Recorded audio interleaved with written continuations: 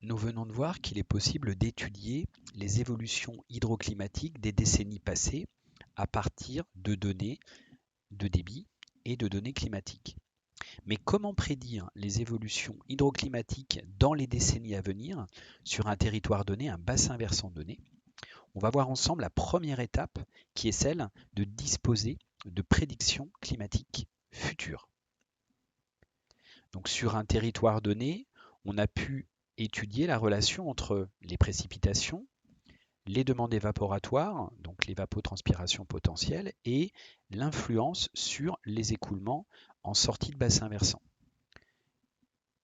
On a vu qu'il était possible pour ça de mobiliser des données observées à la fois sur les pluies et les débits. Mais bien sûr, cette approche ne peut être réalisée que sur les données passées jusqu'au présent. Comment aborder le climat du futur?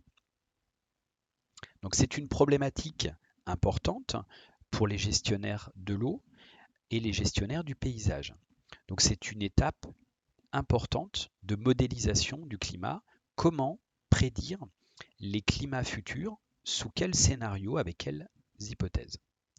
Donc pour ça, on met en œuvre des modèles climatiques globaux. Donc je vais juste prendre le pointeur. Donc c'est une première étape, il en existe plusieurs dans tous les laboratoires de climatologie du monde. L'idée, c'est de représenter à l'échelle du globe l'ensemble des forçages, rétroactions qui modifient le climat. Ensuite, on cherche dans une deuxième étape à raffiner à l'échelle d'un continent, d'une région, les variables climatiques. Et pour ça, on utilise donc des modèles climatiques régionaux. Et puis, si on s'intéresse à l'aspect prédictif de ces modèles, on va chercher à corriger des biais et à réaliser ce qu'on appelle une descente ou un changement d'échelle pour se rapprocher des données qu'on peut observer au sol, par exemple, avec des données climatiques. La qualité de prédiction de ces couplages doit bien sûr être évaluée sur une période passée, une période de référence pour laquelle on dispose d'observations. Alors, en termes de scénarios qui vont servir à alimenter ces modèles pour le futur, il faut pouvoir se projeter sur les variables anthropiques qui vont pouvoir modifier le climat. Et classiquement, on utilise des scénarios radiatifs, de forçage radiatif, dans cette colonne-ci, qui dépendent eux-mêmes de concentration de gaz à effet de serre, exprimés ici en équivalent CO2, et qui correspondent à des trajectoires politiques de réduction de ces émissions de gaz à effet de serre. Donc les plus utilisés, ce sont les scénarios 2.6, 4.5 et 8.5, qui sont représentés ici en termes de forçage radiatif, c'est-à-dire d'énergie dans l'atmosphère en watts par mètre carré.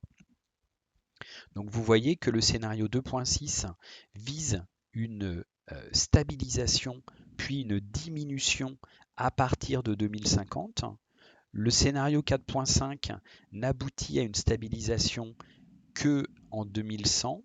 Et puis, le scénario le plus pessimiste, 8.5, ne voit une stabilisation qu'à l'horizon 2250, donc avec une poursuite au XXIe siècle des émissions de gaz à effet de serre et une augmentation du forçage radiatif associé. Nous avons la chance, en France métropolitaine, dans les Antilles et à La Réunion, d'avoir une compilation de ces données de climat futur sur le portail DRIAS, où vous pouvez très simplement et gratuitement vous créer un compte et télécharger les données sur l'endroit qui vous intéresse au niveau de ces territoires. Sur ce portail, vous avez accès à 12 combinaisons de modèles globaux et régionaux avec un classement, par exemple ici sur la période la plus lointaine du XXIe siècle, la période 2071-2100, par rapport à une période de référence historique de 1976 à 2005. Et donc, à ces échéances, certains modèles prévoit une augmentation beaucoup plus forte ou un peu moins forte, mais toujours une augmentation.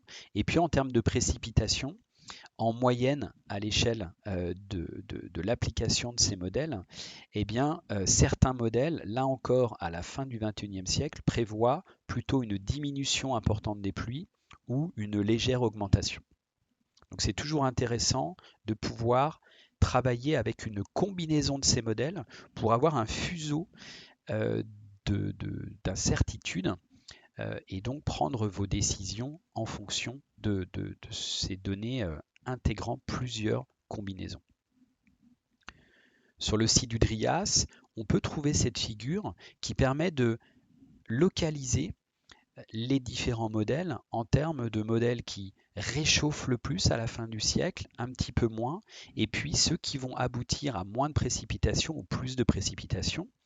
Bien sûr, ici, c'est une analyse globale et le choix que vous pouvez faire peut se faire localement par rapport aux combinaisons qui donnent la meilleure satisfaction sur vos données historiques.